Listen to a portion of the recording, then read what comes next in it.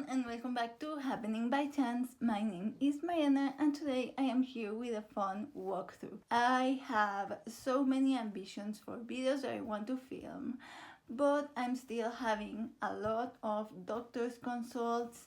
I'm still not 100% after my surgery. I had some pain this week, and anyway, so the thing is that I have a lot of ambitions, a lot of videos that I want to film, and my brain is up to speed and really wants to, but my body is not. So I was planning to film the first part of my Marseille collection video, but I'm not going to have time to do it, and I had doctor's consults, and then tomorrow I have more. Anyway, I'm not going to bore you with that. Today I'm here to do a fun walkthrough that I'm really excited about. As you saw in the thumbnail or the title of the video, a colorful 70s Marseille printed in Mexico. So I think in the title I wrote Mexican Marseille because it's shorter than saying Marseille printed in Mexico and to fit in the thumbnail, but it is a Marseille printed in Mexico. I've talked about this before, maybe in my other channel, but there is no cartomancy tradition in Mexico, so we don't have any I feel like cards are more a European thing, and in Mexico, like the most traditional deck of cards would be the Spanish playing cards. As you know, Mexico was a Spanish colony for a long time, so we have a lot of cultural elements from Spain, one of which would be the Spanish playing cards. Whenever I talk about tarot with my friends who don't read tarot, I actually didn't know anyone in my circle who read tarot, so I was the first. So whenever I explain it and I say that I like Marseille Tarot, when they ask me what that is, I actually tell them it's similar to Spanish playing cards in the sense that you just have the suits, the pips in the cards. The reason why I am so excited about this deck is, well, there are a couple of reasons, but mainly it's because I am a Mexican tarot reader. I have always been in the search for a deck that feels more culturally adjacent to me.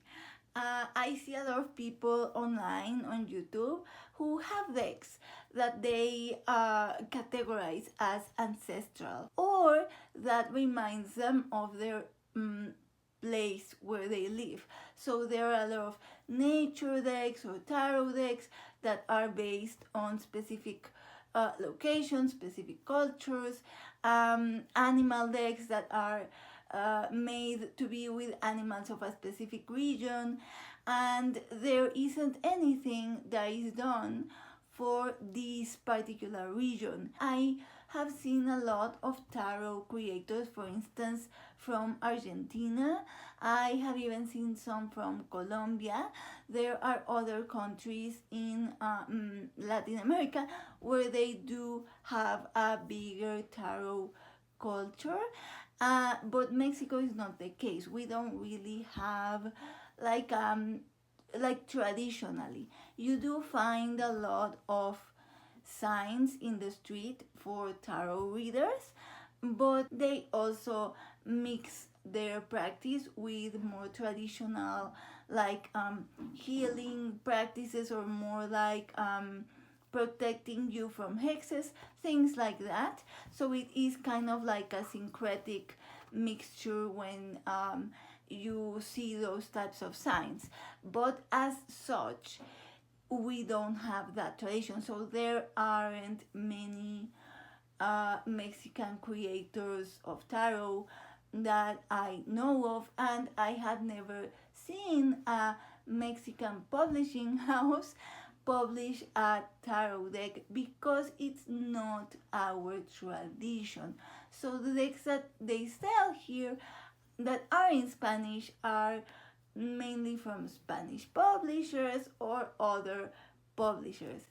And wow, this has been a longer intro than I intended, but I did want to give a little bit of context about the deck and about the, like cultural context and why I am so excited. As a side note, Lotería is not a cartomantic tradition. Lotería is a game. It has nothing to do with divination. The only people who do divination with Lotería are people who are not Mexican. Anyway, Lotería is not a cartomantic tradition. And I mentioned that because I recently was watching a video from a respected French tarot scholar, and they asked her why Marseille was so popular and why it spread it to all Europe basically, and why it became like the most produced tradition of tarot. And she mentions that we don't know exactly how it proliferated, but that there are different examples of Marseille tarot popping up over the world. And the example that she gives is 19th century Mexican Loteria games. And I'm like, what does that have to do with Marseille? Like, I'm watching a history video for Marseille. I'm interested in how Marseille proliferated. You could talk about, the different traditions, the different places in France, the Swiss decks, all of the rich tradition that there is. And instead you're talking about Loteria that has absolutely nothing whatsoever to do with Marseille tarot. And I didn't mean to go on this rant. The funny thing is that I have thought in the past of like making a video about divination with Loteria.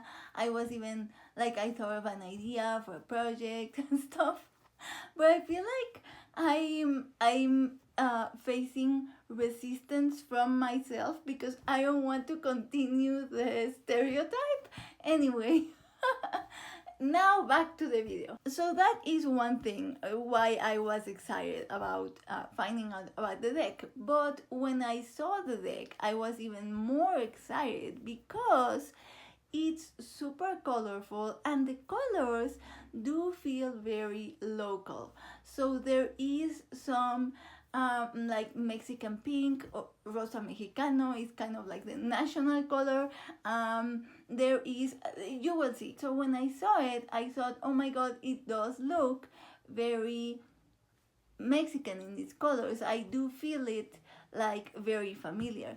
I was super excited because I was planning on getting the Fournier Marseille by Marichu. I don't remember her last name. I'm probably putting it on screen. That is also very colorful and has colorful backgrounds. But then when I found this one, I thought, no, this is the one I want because the colors feel much more familiar to me and it feels, I don't know, it makes me happy. And then a third reason is that it was originally printed in the 70s, which I guess also contributes to like, the loud colors. So those are the reasons why I'm very excited. I will tell you, because we don't have a cartomantic tradition, because Mexican publishers don't really publish tarot and it's not very mainstreamly talked about, because Mexico is a very Catholic country, so it is not well seen, the practice of tarot. So big publishers, big bookstores won't have that. So because of all that, this publisher that publishes this deck is not like a big publisher, but it's also not like a cool artistic indie publisher, because there are plenty of those in Mexico.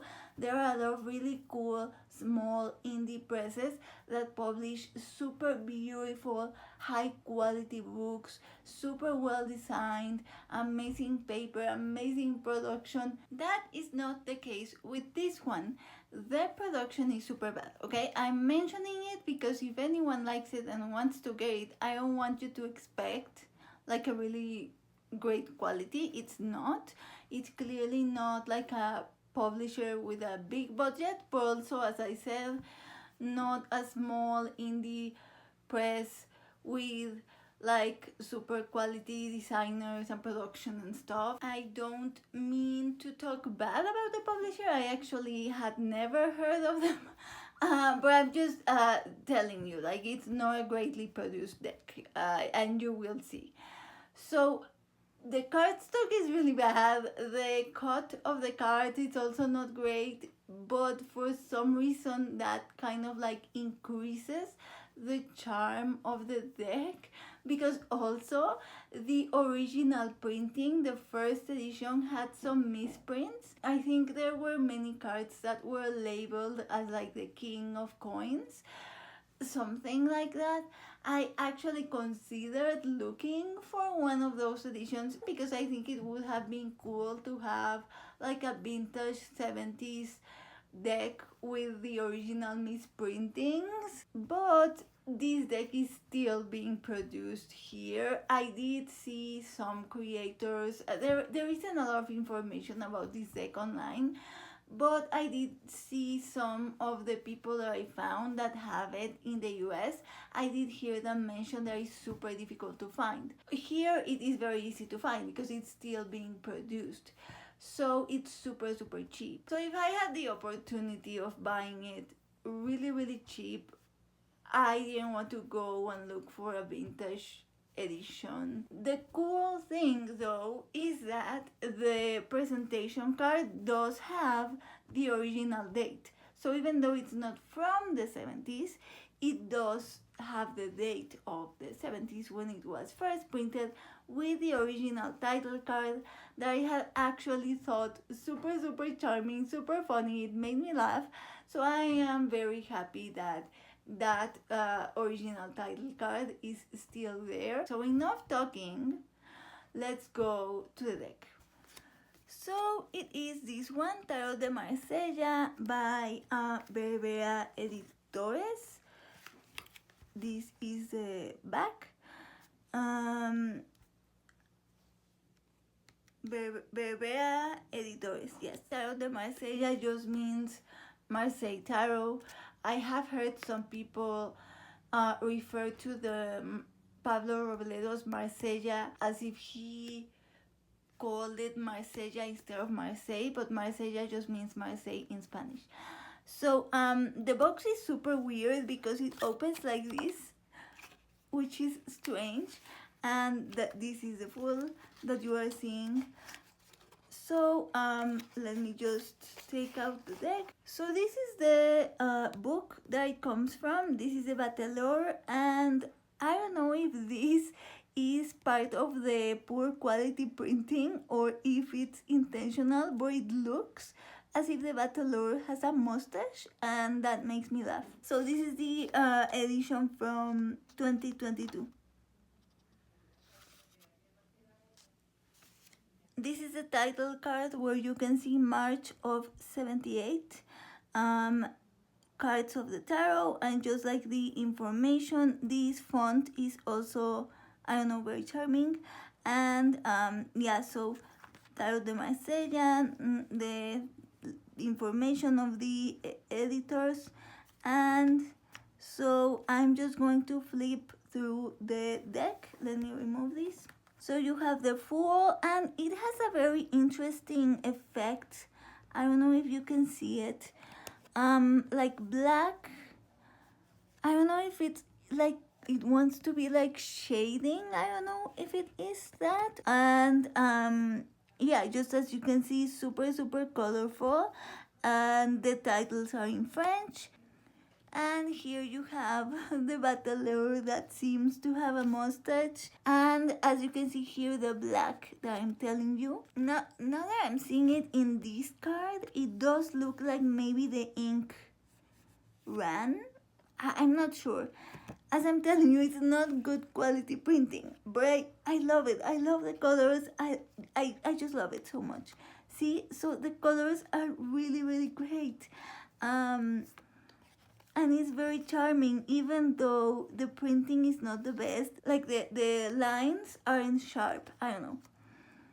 I know it sounds like it's not a great deck, but I'm just like, I'm being honest about the production, because if anyone sees it and thinks, oh, a colorful Marseille, I like it, you know, you need to know that the quality is not great in terms of the production. Do I care? No. Do I love it? Yes.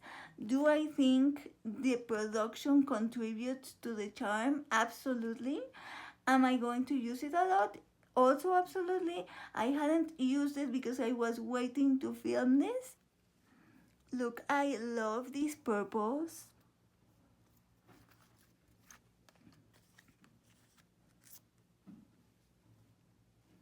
I hope you can see the colors okay. The Chariot, Justice. Oh, I'm going to put some here. The Hermit, I love it with the purple. The Wheel with the blue.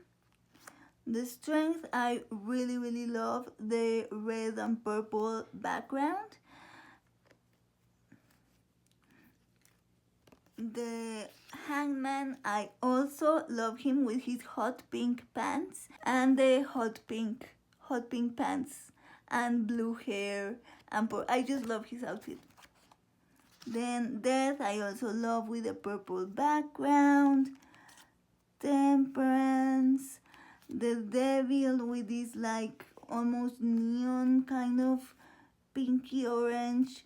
The Tower, I really love the purples in this deck. The Star. The Moon is one of my favorite cards, because even though like it is a normal moon, right? Like we've seen this moon. But because of the colors and the color of the background, like this kind of like dark teal, I feel like the colors are very much colors that feel local to me. And this design of the moon that is normal in Marseille, when done in these colors, it reminds me of the classic sun and moon in pottery, in barro, that you see a lot in Mexico. So you could see that also in the sun. So that's why it's one of my favorite cards. The World. Okay, so we start with the courts and we start with the swords. And every suit has its own color. So the swords have this like deep purple, and I really love it. It's kind of a different shading with the cards, but so you see it's getting lighter as the numbers go down, and I actually like that. In terms of reading, is really useful because it becomes less dense. Oh, hold on. Oh my god, the doorbell has rung 3 times while I have been filming this video. So I don't remember what I was saying, but it's pretty. This one, I love this color combination with the yellow and the purple and the pink. It's so pretty. This one too. I wonder if I were to order a different copy, if the black things would be different in the different copies. I don't know. And so the ones have this yellow background and the ones themselves are green with this purple.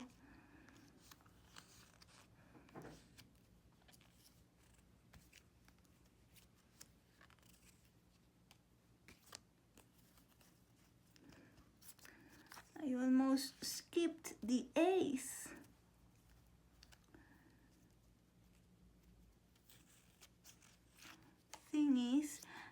then you have the cups, and the cups have this color, so it is similar to the swords but lighter, and then definitely lighter in the actual cards.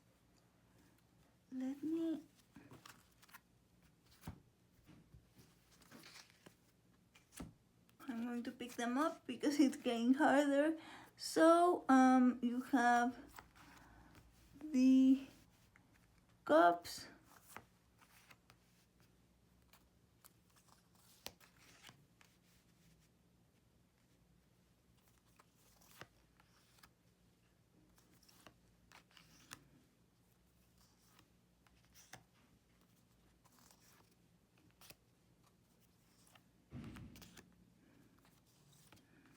the Two of Cups doesn't have anything, like doesn't have the things that it usually does, and the Ace of Cups. Oh, did we see the Two of Coins? Oh, we haven't seen the coins. The coins have my favorite background color, which is this lovely pink that, as I said, it's almost like Rosa Mexicano. Actually, I do think it's Rosa Mexicano, Mexican pink, that, as I said, it's like practically the national color. I mean, it's called Mexican pink, but yeah, they look super cool with the background. These were my favorites. I think when I saw the flip through, these were the ones that I was super excited to buy the deck after I saw them.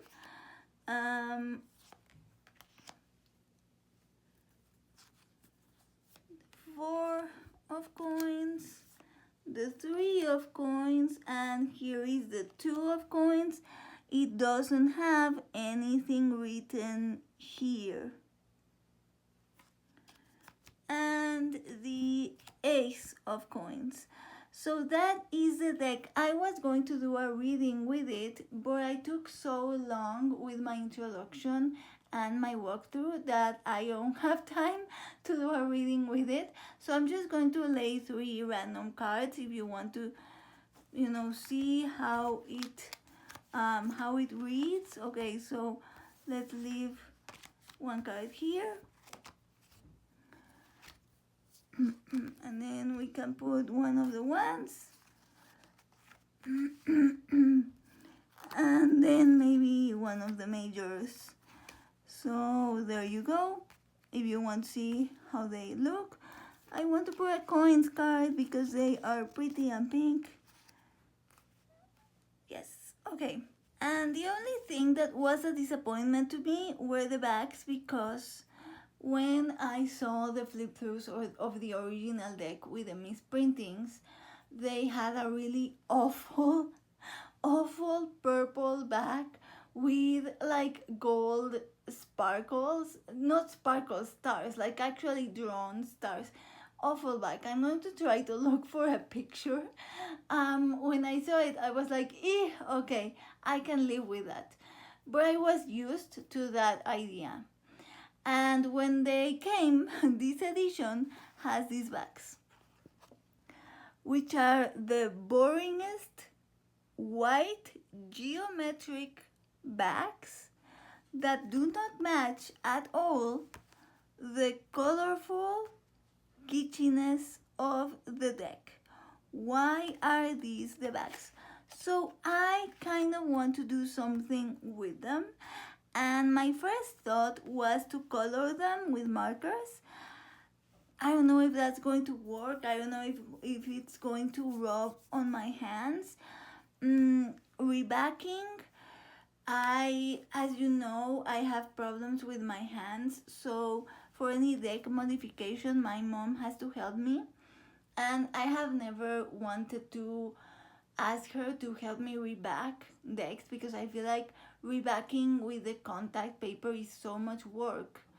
It's not the same to ask her to trim a deck or to round corners, but to tell her, oh, you have to measure contact and then paste it. It's so much work. So I ruled out the contact paper, and then I heard someone say that when you use contact paper, it does leave the glue. The glue rubs off on the cards and then you end up with sticky hands. And I was like, oh, okay, I don't want that. So I was wondering actually, I'm going to ask if anyone has done it. Has anyone rebacked cards with spray paint? Because I think that would be the way to go if it works. But I'm wondering if the cards will stick together. Let me know what is the best way to reback decks, because I don't like these backs at all. So that is it for the walkthrough. That is the Marsella Tarot de Marsella by Berbera Editores, which, I don't know, it's just fun and colorful and I love it. And yeah, thank you so much for watching. Let me know in the comments what you think. Do you like the colors? Do you not like the colors? And I will see you soon in another video. And as always, my name is Mariana. This is Happening by Chance, and happy reading. Whether that be card reading, book reading, pendulum, weather patterns, dice, charms, whatever form of reading you prefer.